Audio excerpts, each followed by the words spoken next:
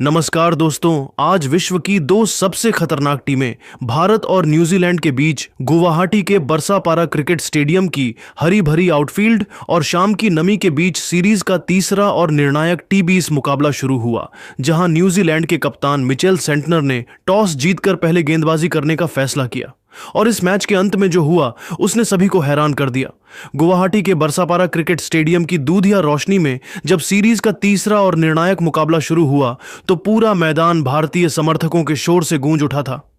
भारतीय टीम की ओर से अभिषेक शर्मा और संजू सैमसन की सलामी जोड़ी एक नई और बेहद आक्रामक रणनीति के साथ मैदान पर उतरी थी, जहां उन्होंने न्यूजीलैंड के गेंदबाजों पर पहले ही ओवर से प्रलयकारी प्रहार करना शुरू कर दिया था। न्यूजीलैंड के सबसे अनुभवी और घातक तेज गेंदबाज मैट हेनरी एक ले ओवर में गेंदबाजी करने के लिए मोर्चे पर आए, लेकिन अभिषेक शर्मा ने आज अपनी बल्लेबाजी से यह स्पष्ट कर दिया कि वह किसी भी गेंदबाज के नाम या अनुभव से डरने वाले नहीं हैं। अभिषेक शर्मा ने मैट हेनरी की पहली ही गेंद को सम्मान दिया, लेकिन उसके तुरंत बाद अगली गेंद पर उन्होंने अपनी कलात्मकता का प्रदर्शन करते हुए एक्स्ट्रा कवर की दिशा में एक दर्शनीय और बिजली की रफ्तार वाला चौका जड़कर अपना और टीम इंडिया का खाता खोला, जिससे कीवी गेंदबाजों के मन में डर पैदा हो गया। अभिषेक शर्मा आज एक बहुत ही आक्रामक और बेखौफ मूड में नजर आ रहे थे, जहां उन्होंने न्यूजीलैंड के गेंदबाजों की लाइन और लेंथ को पूरी तरह से तहस नहस करने का संकल्प ले लिया था। खेल के चौथे ओवर में जब न्यूजीलैंड के युवा तेज गेंदबाज झाकरी फाल्क्स चौथे ओवर में पहली बार गेंदबाजी करने के लिए आए तो अभिषेक शर्मा ने उन पर एक विनाशकारी धावा बोल दिया। अभिषेक ने फाल्क्स की गति का भरपूर लाभ उठाते हुए उनकी पहली दो गेंदों पर दो लगातार गगनचुंबी और शानदार छक्के जड़े, जो सीधे स्टेडियम की छतों को चूमते हुए बाहर जाकर गिरे। अभिषेक का यह रौद्र रूप यही नहीं थमा और उन्होंने अगली दो गेंदों पर भी अपनी टाइमिंग का जादुई मुजाहिरा पेश करते हुए दो कड़क चौके बटोरकर भारत के स्कोरबोर्ड को पावर प्ले के भीतर ही 50 रनों के पार पहुंचा दिया, जिससे न्यूजीलैंड के कप्तान मिचेल सेंटनर पूरी तरह से असहाय और हैरान नजर आने लगे। अभिषेक शर्मा की बल्लेबाजी में आज गजब का आत्मविश्वास और ठहराव झलक रहा था, जहां वह गेंद को बहुत ही बारीकी से देख रहे थे और मैदान के चारों ओर रनों की मूसलाधार बारिश कर रहे थे। भारतीय प्रशंसक उनकी हर बाउंड्री पर झूम रहे थे और ऐसा लग रहा था कि अभिषेक आज अपने टी20 करियर का सबसे बड़ा स्कोर बनाने के इरादे से आए हैं। हालांकि जब न्यूजीलैंड की टीम पूरी तरह से बैकफुट पर थी, तब उनके सबसे अनुभवी लेग स्पिनर ईश सोढ़ी 7वें ओवर में गेंदबाजी करने के लिए आए और उन्होंने अपनी चतुराई भरी फिरकी का जाल बिछाया। ईश सोढ़ी ने अभिषेक शर्मा के पैर देखते हुए एक बहुत ही धीमी और जादुई गुगली फेंकी, जिसे अभिषेक पूरी तरह से पढ़ने में चूक गए। अभिषेक शर्मा उस गेंद पर एक और जबरन स्लॉग स्वीप खेलने के लालच में अपना नियंत्रण खो बैठे और गेंद बल्ले का ऊपरी किनारा लेकर हवा में बहुत ऊंची उठ गई, जिसे शॉर्ट फाइन लेग पर तैनात फील्डर ने एक आसान कैच के रूप में लपक लिया, जिससे अभिषेक शर्मा 28 गेंदों पर 52 रनों की एक अत्यंत आतिशी और यादगार पारी खेलकर आउट हो गए। उनकी इस प्रलयकारी पारी में 5 शानदार चौके और 3 गगनचुंबी छक्के शामिल थे। अभिषेक के इस विकेट ने न्यूजीलैंड को बहुत बड़ी राहत दी, लेकिन जाने से पहले वह भारत को एक ऐसी विस्फोटक और मजबूत शुरुआत दिला चुके थे जिसने विशाल स्कोर की नींव रख दी थी। पूरा स्टेडियम अब अभिषेक शर्मा की इस निडर बल्लेबाजी के सम्मान में खड़े होकर तालियों की गड़गड़ाहट के साथ उनका अभिवादन कर रहा था, क्योंकि उन्होंने भारतीय पारी को वह गति प्रदान की जिसकी गुवाहाटी के इस मैदान पर सख्त जरूरत थी। अब सारा दारोदर संजू सैमसन और नए बल्लेबाज ईशान किशन पर था कि वे न्यूजीलैंड के स्पिनरों के खिलाफ इस प्रलयकारी लय को किस प्रकार बरकरार रखते हैं और भारत को एक ऐतिहासिक स्कोर तक पहुंचाते हैं। गुवाहाटी के बरसापारा स्टेडियम में जब अभिषेक शर्मा की प्रलयकारी पारी का अंत हुआ तो पूरे मैदान पर एक पल के लिए सन्नाटा छा गया था, लेकिन क्रीज पर पहले से ही मौजूद संजू सैमसन ने तुरंत मोर्चा संभाला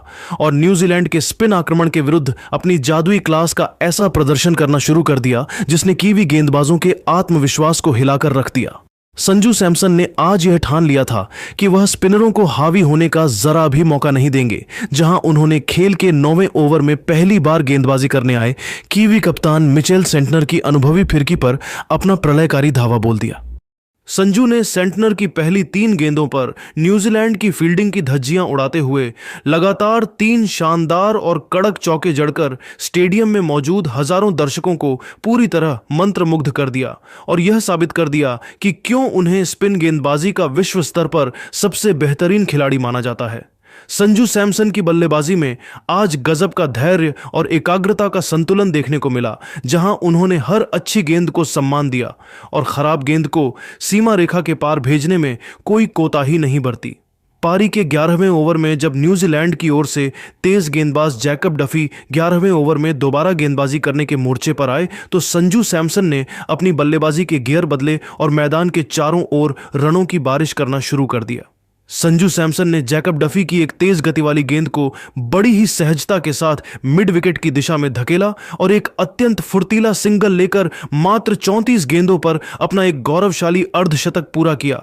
जिसे देख भारतीय डगआउट में बैठे कोच और खिलाड़ी खुशी से झूम उठे। संजू का यह अर्धशतक उनके करियर की सबसे सलीके से बुनी गई पारियों में से एक था, क्योंकि उन्होंने कठिन परिस्थितियों में आकर भारतीय पारी को मजबूत आधार प्रदान किया था। हालांकि संजू सैमसन अपनी इस अद्भुत पारी को शतकीय अंजाम तक पहुंचाने की दिशा में बढ़ रहे थे, लेकिन तभी वह कलाइयों का अतिरिक्त इस्तेमाल करने के चक्कर में एक घातक रणनीतिक चूक कर बैठे। न्यूजीलैंड के स्पिनर की एक अंदर आती गेंद को फ्लिक करने के प्रयास में संजू का संतुलन थोड़ा बिगड़ गया, जिससे संजू सैमसन मिड विकेट पर खड़े फील्डर को एक आसान कैच थमाने के कारण 42 गेंदों पर 58 रन बनाकर आउट हो गए। उनकी इस महान पारी में 6 दर्शनीय चौके और 2 गगनचुंबी छक्के शामिल थे।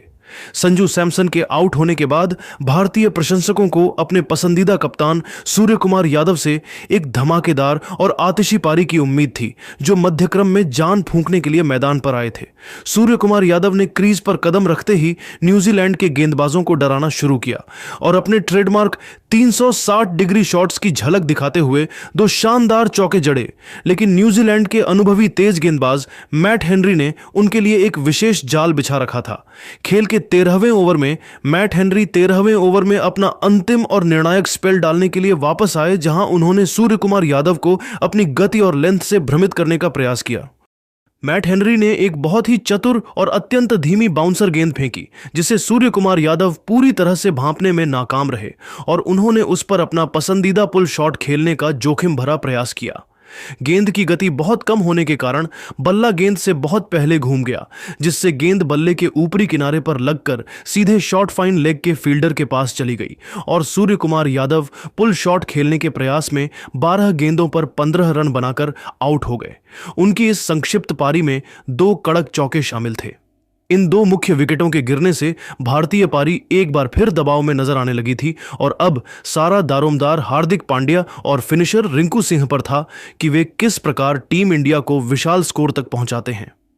भारत की पारी को अंतिम और निर्णायक गति देने के लिए हार्दिक पांड्या मैदान पर आए और उन्होंने न्यूजीलैंड के गेंदबाजों की धज्जियां उड़ाना शुरू कर दिया, जहां हार्दिक ने 15वें ओवर में गेंदबाजी करने आए ईश सौढ़ी के खिलाफ एक ही ओवर में 22 रन बटोरकर रनों की मूसलाधार बारिश कर दी।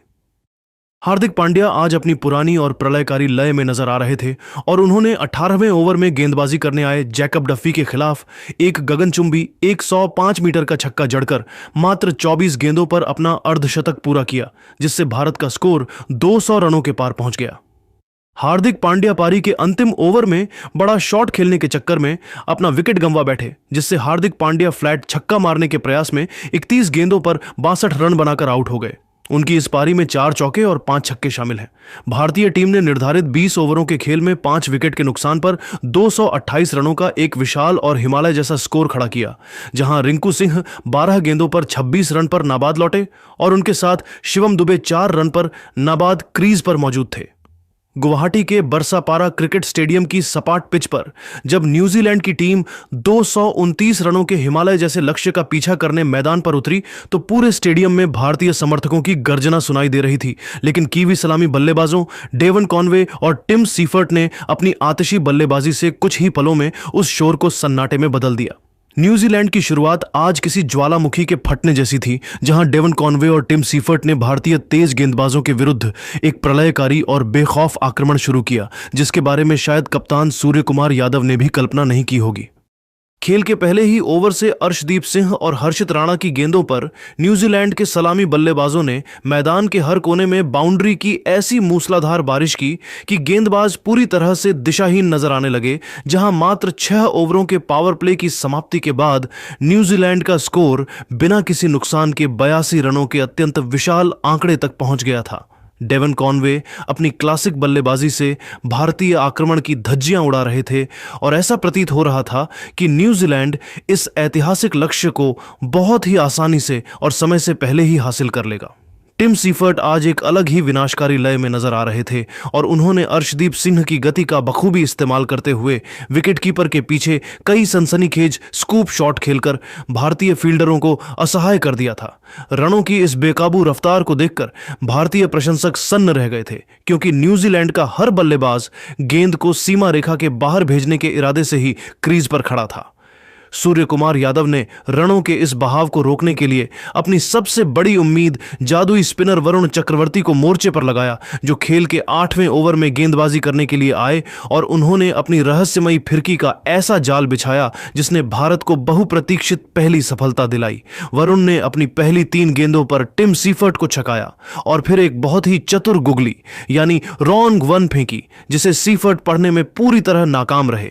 टिम सीफर्ट उस गेंद पर एक और जबरन रिवर्स स्वीप खेलने के जोखिम भरा प्रयास में अपना नियंत्रण खो बैठे और गेंद सीधे उनके स्टंप से जा टकराई, जिससे टिम सीफर्ट 22 गेंदों पर 45 रनों की एक तूफानी पारी खेलकर आउट हो गए। उनकी इस पारी में 7 कड़क चौके और 2 गगनचुंबी छक्के शामिल थे। गुवाहाटी के बरसापारा स्टेडियम की उस सपाट और बल्लेबाजी के लिए अनुकूल पिच पर जब टिम सीफर्ट का विकेट गिरा तो भारतीय प्रशंसकों को लगा कि शायद अब रनों की रफ्तार पर अंकुश लगेगा, लेकिन प्रतिभाशाली रचिन रविंद्र ने क्रीज पर कदम रखते ही न्यूजीलैंड की पारी के उस आक्रामक रुख को जरा भी धीमा नहीं होने दिया और भारतीय आक्रमण पर जवाबी हमला जारी रखा। रचिन रविंद्र और डेवन कॉनवे की इन दोनों बाएं हाथ के बल्लेबाजों की जोड़ी ने मिलकर भारतीय स्पिनरों के विरुद्ध एक बेहद चतुर और विनाशकारी मोर्चा खोल दिया, जहां उन्होंने मैदान के गैप्स का इतनी चतुराई से इस्तेमाल किया कि भारतीय कप्तान सूर्य कुमार यादव के पास फील्डिंग में बदलाव करने का कोई विकल्प ही नहीं बचा। इन दोनों बल्लेबाजों ने न केवल गेंद को सीमा रेखा के पार पहुंचाया, बल्कि विकेटों के बीच अपनी दौड़ से स्ट्राइक को इतनी तेजी से रोटेट किया कि स्पिनरों को अपनी लाइन और लेंथ सेट करने का मौका ही नहीं मिला और खराब गेंदों को चुन चुनकर बाउंड्री के दर्शन कराए। डेवन कॉनवे आज न्यूजीलैंड के लिए एक चट्टान की तरह खड़े थे और संकट मोचक की भूमिका निभाते हुए उन्होंने अपनी सहज और तकनीकी रूप से सक्षम बल्लेबाजी से भारतीय गेंदबाजों द्वारा बनाए गए मनोवैज्ञानिक दबाव को पूरी तरह से खत्म कर दिया था। कॉनवे ने विशेष रूप से भारतीय तेज गेंदबाजों की गति का फायदा उठाते हुए कलाइयों के शानदार इस्तेमाल से लेग साइड पर कई दर्शनीय शॉट खेले और वह 35 गेंदों पर 64 रनों के निजी स्कोर पर नाबाद रहकर न्यूजीलैंड को जीत की दिशा में बहुत ही तेजी और आत्मविश्वास के साथ ले जा रहे थे। उनकी इस पारी ने भारतीय खेमे में चिंता की लकीरें खींच दी थीं, क्योंकि कॉनवे पिच पर पूरी तरह सेट हो चुके थे और न्यूजीलैंड का रन रेट लगातार 11 के ऊपर बना हुआ था, जिसने भारतीय स्पिन आक्रमण की रणनीति को पूरी तरह बैकफुट पर धकेल दिया था। दूसरे छोर पर रचिन रविंद्र ने भी अपनी युवा ऊर्जा और अदम्य साहस का परिचय देते हुए कुलदीप यादव और वरुण चक्रवर्ती जैसे जादुई स्पिनरों के खिलाफ अपनी शारीरिक ताकत का भरपूर प्रदर्शन किया और रनों की गति को 12 के पार बनाए रखा। रचिन ने कुलदीप की फ्लाइटेड गेंदों को भांपते हुए क्रीज का इस्तेमाल किया और लॉन्ग ऑफ के ऊपर से कुछ ऐसे कड़क शॉट खेले जिन्हें देखकर स्टेडियम में मौजूद हजारों दर्शक सन्न रह गए। रचिन रविंद्र की इस निडर बल्लेबाजी ने यह स्पष्ट कर दिया था कि न्यूजीलैंड आज हार मानने के मूड में नहीं है और वे इस 229 रनों के पहाड़ जैसे लक्ष्य को हर हाल में हासिल करना चाहते हैं। इन दोनों के बीच पनपती इस मजबूत साझेदारी ने गुवाहाटी के इस ऐतिहासिक मैदान को एक ऐसे सांस रोक देने वाले अंत की ओर धकेल दिया था, जहां हर गेंद पर मैच का पासा पलट रहा था और भारतीय गेंदबाजों के लिए इन दोनों सेट बल्लेबाजों को रोकना एक हिमालयी चुनौती साबित हो रहा था। गुवाहाटी के बरसापारा क्रिकेट स्टेडियम में हवा का दबाव और दर्शकों का शोर अपनी चरम सीमा पर पहुंच चुका था, क्योंकि मैच अब अपने उस अंतिम और रोंगटे खड़े कर देने वाले पड़ाव पर आ खड़ा हुआ था, जहां न्यूजीलैंड को अंतिम 12 गेंदों पर जीत के लिए 32 रनों की कठिन दरकार थी। न्यूजीलैंड की उम्मीदें अब पूरी तरह से विस्फोटक बल्लेबाज ग्लेन फिलिप्स पर टिकी थीं, जो क्रीज पर खड़े होकर भारतीय गेंदबाजों के लिए साक्षात प्रलय बने हुए थे। भारतीय कप्तान सूर्य कुमार यादव ने डेथ ओवरों के माहिर गेंदबाज अर्शदीप सिंह को खेल के 19वें ओवर में गेंदबाजी करने के लिए मोर्चे पर बुलाया ताकि रनों की इस सुनामी को किसी तरह रोका जा सके। ग्लेन फिलिप्स ने अर्शदीप सिंह की पहली ही गेंद को भांपते हुए लॉन्ग ऑन के ऊपर से एक गगनचुंबी और विशाल छक्का जड़कर अपने इरादे साफ कर दिए और उसके ठीक 2 गेंदों बाद एक और प्रलयकारी प्रहार करते हुए गेंद को स्टेडियम की छत पर पहुंचा दिया, जिससे मुकाबला पूरी तरह से न्यूजीलैंड के पक्ष में झुकता हुआ नजर आने लगा। अर्शदीप सिंह पर दबाव साफ दिख रहा था, लेकिन उन्होंने एक अनुभवी योद्धा की तरह तुरंत अपनी रणनीति बदली और ओवर की अंतिम गेंद पर एक ऐसी अचूक और घातक यॉर्कर फेंकी जिसने ग्लेन फिलिप्स के स्टंप्स बिखेर दिए, जिससे ग्लेन फिलिप्स बोल्ड होने के कारण 26 गेंदों पर 54 रनों की एक विनाशकारी पारी खेलकर आउट हो गए। उनकी इस साहसी पारी में 3 दर्शनीय चौके और 5 गगनचुंबी छक्के शामिल थे। ग्लेन फिलिप्स के इस महत्वपूर्ण विकेट ने भारतीय टीम के लिए जीत के द्वार फिर से खोल दिए थे, लेकिन न्यूजीलैंड के मार्क चैपमैन अब भी क्रीज पर मौजूद थे, जो किसी भी समय मैच का रुख पलट सकते थे। न्यूजीलैंड को अब अंतिम 6 गेंदों पर जीत के लिए 15 रनों की सख्त जरूरत थी और पूरे स्टेडियम में सांसें थाम देने वाला सन्नाटा पसर गया था जब कप्तान सूर्य कुमार यादव ने गेंद अनुभवी और जादुई स्पिनर वरुण चक्रवर्ती को थमाई, जो पारी के अंतिम और 20वें ओवर में गेंदबाजी करने के लिए आए थे। वरुण चक्रवर्ती ने अपनी रहस्यमयी फिरकी का ऐसा जादुई नियंत्रण दिखाया कि न्यूजीलैंड के बल्लेबाज पहली 3 गेंदों पर केवल सिंगल ही ले सके और चौथी गेंद पर वरुण ने एक शानदार डॉट गेंद निकालकर भारत की जीत लगभग सुनिश्चित कर दी। मुकाबले की अंतिम और सबसे निर्णायक गेंद पर न्यूजीलैंड को जीत के लिए 5 रनों की एक अत्यंत कठिन दरकार थी और मार्क चैपमैन के पास छक्का जड़कर इतिहास रचने का एक सुनहरा मौका था। वरुण चक्रवर्ती ने अपनी अंतिम गेंद एक बहुत ही सटीक और नीची रहती हुई कैरम बॉल फेंकी, जिस पर मार्क चैपमैन ने अपनी पूरी ताकत झोंकते हुए एक कड़क शॉट खेला, लेकिन वह गेंद को हवाई रास्ता देने में विफल रहे, जिससे गेंद केवल बाउंड्री के बाहर चौके के लिए ही जा सकी। न्यूजीलैंड की टीम निर्धारित 20 ओवरों के अंत में 5 विकेट के नुकसान पर 227 रनों के स्कोर तक ही पहुंच सकी और न्यूजीलैंड इस ऐतिहासिक मुकाबले को मात्र 1 रन के मामूली और हृदय विदारक अंतर से हार गई। भारतीय टीम ने इस सांस रोक देने वाले और रोंगटे खड़े कर देने वाले मुकाबले को जीतकर 5 मैचों की इस हाई प्रोफाइल टीबी सीरीज में 3-0 की एक अजेय और मनोवैज्ञानिक बढ़त बना ली है। गुवाहाटी के इस मैदान पर मौजूद हजारों भारतीय प्रशंसकों ने वरुण चक्रवर्ती की उस संयमित गेंदबाजी और हार्दिक पांड्या की आतिशी बल्लेबाजी का खड़े होकर अभिवादन किया, जिसने इस मैच को टी20 क्रिकेट के इतिहास के सबसे रोमांचक मुकाबलों में से एक बना दिया। भारतीय खिलाड़ियों का जश्न देखने लायक था, क्योंकि उन्होंने न्यूजीलैंड के जबड़े से जीत छीन ली थी और अब टीम इंडिया की नजरें इस सीरीज को 5-0 से क्लीन स्वीप करने पर टिकी हुई थीं। तो दोस्तों, आपके हिसाब से भारत की इस शानदार जीत का असली हीरो कौन रहा? अपनी कीमती राय हमें कमेंट बॉक्स में जरूर बताएं और अगर आपको यह वीडियो पसंद आया तो इस वीडियो को लाइक करें, शेयर करें और हमारे चैनल को सब्सक्राइब करना ना भूलें।